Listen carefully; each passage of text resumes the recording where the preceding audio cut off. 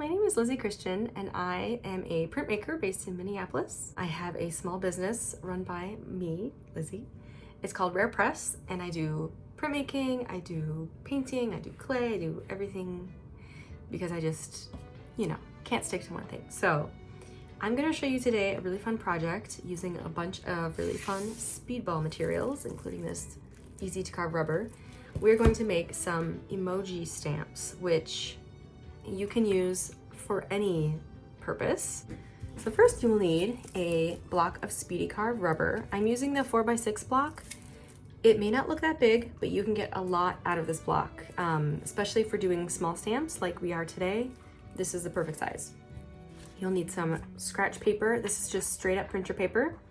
I'm using a 4x6 sheet to match my block so I know how much space I have to work with. This is for your sketching. Carving tool. This is the Speedball Lino cutter kit. So it comes with all of the gouges in the handle, which is very handy dandy. You will need the cutest roller you ever did see. This is the 1.5 inch size. Soft lead pencil, eraser if you don't have one on your pencil. And then of course we need our ink. So I'm using this set today. This is the water-based ink set with a bunch of different colors. This is a glass palette that I have that's really nice and handy. You don't need anything this kind of fancy or big. If you have a ceramic plate or a metal, like I have a metal camping plate that I sometimes use for rolling out my ink. Basically you don't want anything that will absorb the ink. So cardboard doesn't work that well, but basically anything with a nice hard surface will be great. So keep that here. And then of course envelopes, if you want to do some snail mail designs for sending people. Otherwise you can create these stamps and use them for just about anything. You can make a little print with them. So if you have some paper you want to print on, I have some pink paper we could do a little test printing on as well. So let's get into it. The first step will be to sketch our designs on this 4x6 piece of printer paper that matches the size of our block. And I started to think about different ideas. So I was thinking, what if we did stars or faces or vegetables or ducks or rings? So think of all the emojis that you can send people in a text and kind of like your own take on those. So I'm just gonna start sketching. And what I usually tell people is to sketch lightly with this pencil until you know that you're satisfied with your drawing. Once you go over it really dark, it'll be really easy to transfer to our rubber. So a little envelope with a little bow. I think that would be adorable. Of course, we'll do a little mini heart. Bird. We'll do like a multi-pointed star. And like a simple butterfly.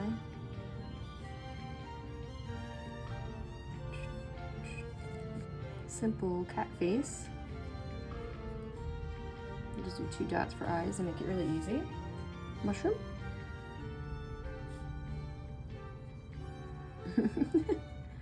I can't tell what that is, but we're gonna call it a mushroom.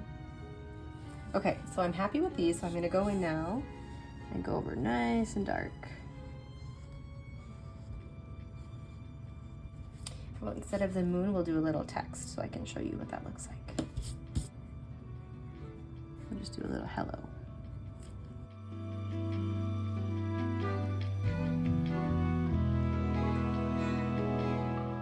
Okay, we're ready to transfer. So, take your block of rubber, flip your image over on the top, just like this.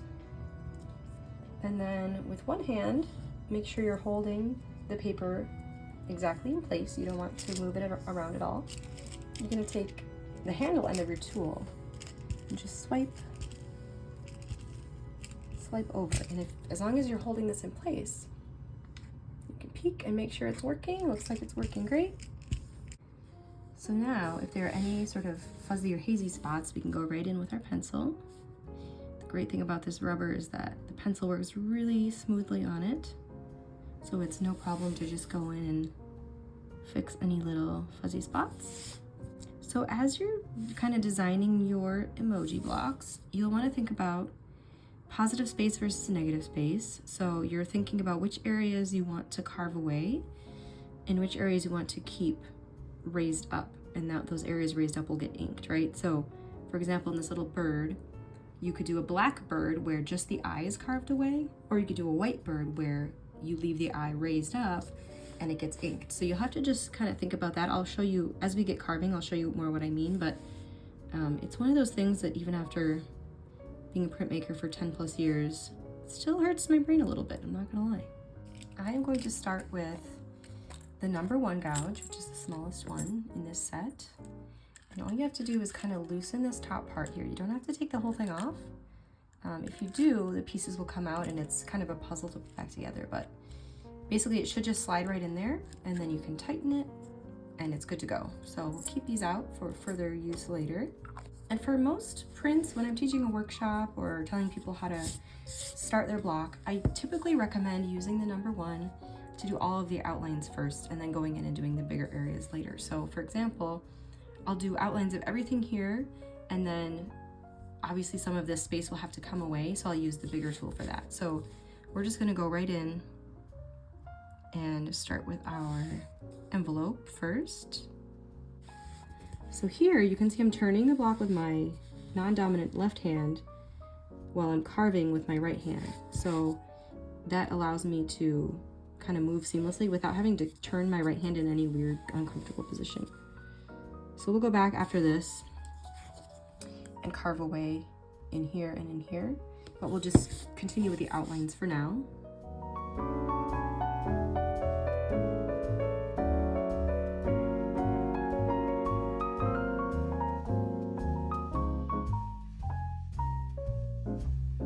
We did it. So I wanted to save this one to show you in regular motion here. You could do this one of two ways, right? So you could cut around the black letters to have a little stamp that's just the letters on their own, or I think what I'm gonna do is carve the letters away and have sort of a bubbly shape around them like this.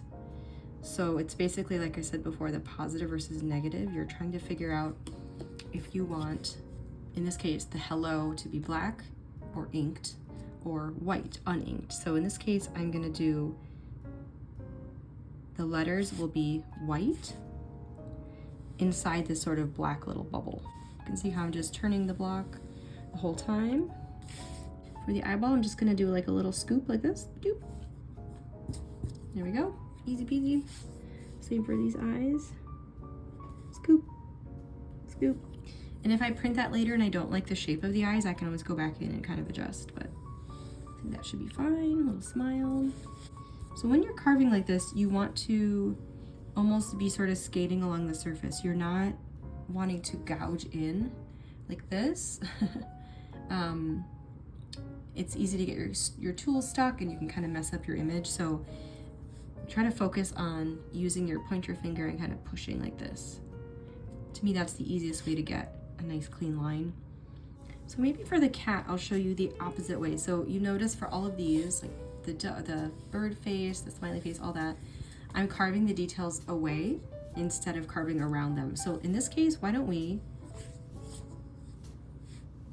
do it the opposite way? So we're gonna do a black outline around the cat, and then the details will be raised as well, versus a black cat. So this will be like, quote unquote, a white cat.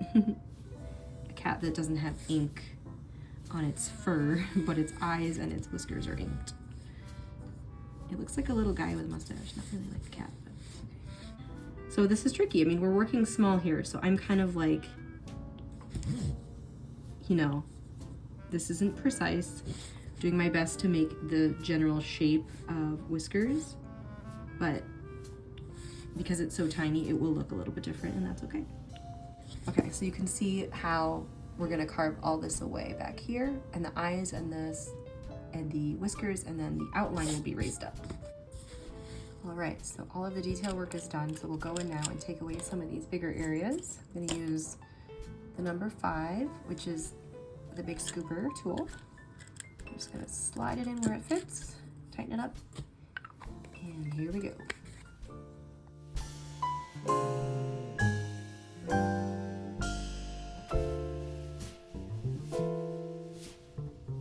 Okay, we did it. So now we're at this point.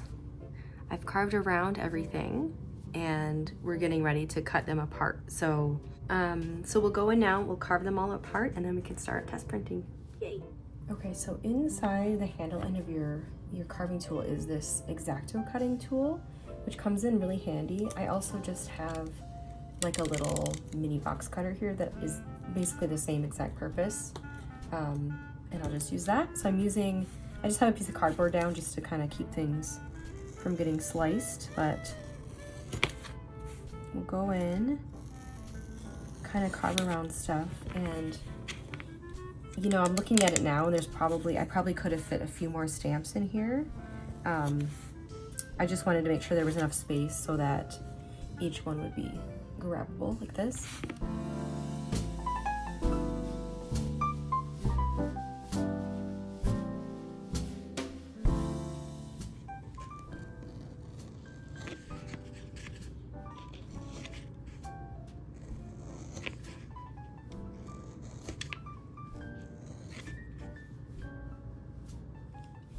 They're almost done.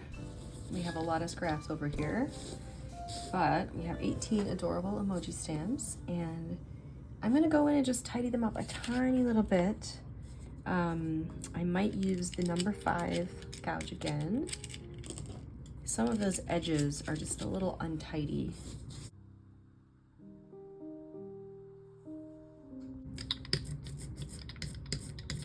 Okay, it's time to test. I'm gonna test on this little pink sheet here. So for these, we really don't need a lot of ink at all. I'm just trying to get the ink to be a little bit textured. The first few prints are sometimes going to be a little bit fuzzy or light, patchy, so don't worry if that's the case here. You could also do some testing with these with a regular stamp pad, but I kind of like doing it with ink too, because I just have all these colors ready to go and you can make different patterns, and yeah, I'm excited. Okay, let's try this little rainbow. Oh, it's so cute. And you don't really need any special equipment for printing these, just your hands. I'm gonna push down gently. Oh, that's adorable. You could try a little ghost print. Cute. That one's super cute. So this would look amazing in a pattern with a bunch. I think some of these are gonna turn out like that, where repeated, they're gonna look really, really cute. Look at that, how adorable. Check that out. Even pressure. I like that one a lot. I think I'll use that on my Patreon mail. I have a Patreon where I send people art in the mail every month, and sometimes I use little stamps on the envelopes, and this one would be perfect. It's so cute. Mushroom. Cute. That one would also be cute. Repeated or even like layered on top of each other. I love that. Very simple butterfly shape. It's kind of cute. Oh, I like how that little skinny part turned out. I think that's adorable. Cute. Love that one. Good for a V-Day or any day. This is the really silly looking cat. So we're gonna see how this little guy looks. Oh, it's actually cute. I wasn't sure. I actually love that. I think it'd be fun to make a little speech bubble too for some of these ones and have them be talking. Anxiety guy. It's perfect. I love it. I like that a lot. Cute. Let's do it in the corner. Oh, that's adorable. I kind of like the ones that are all black with just the details carved away. Precious. Love them. We do next to the umbrella. These turned out amazing. I'm super happy. I love the cat. I love the faces. I love the bird a lot, and the mushroom. I love them all. Yay! So now let's put them on some envelopes. Okay, I addressed this envelope to the Speedball family on Printmakers Lane in Inkville, Minnesota. That's adorable. It would have been cute also to make a little stamp up there, huh? Maybe we'll do the cat as the stamp. Postage stamp. This little 1.5 inch brayer also has been perfect. Cute. Perfect for these stamps, perfect size. And the great thing, like I said, about these inks is that they dry really fast. And so you would just have to print this and probably wait like 10 to 15 minutes and your envelope would be ready to mail. So that's one really great thing about these water-based inks is they're very easy to use and very quick to dry. This family's getting 3 birds. That was so fun. I have 18 stamps now that I didn't have before. And like I said, I mail my art to patrons every month, and I think I'm gonna start using these on everybody's envelopes, which I'm really excited about. So here's our final example product. I think it looks really, really cute. And I feel like now is the time when snail mail is just so appreciated, and we could all use a little fun in our mailboxes. So thank you for watching this video. I hope you enjoyed this process, and I hope you'll try this project. If you do, please take a picture and tag me on Instagram. I'm at rarepress, one word. And also tag Speedball, of course, because gorgeous. So yeah, thanks so much. See you next time. Bye.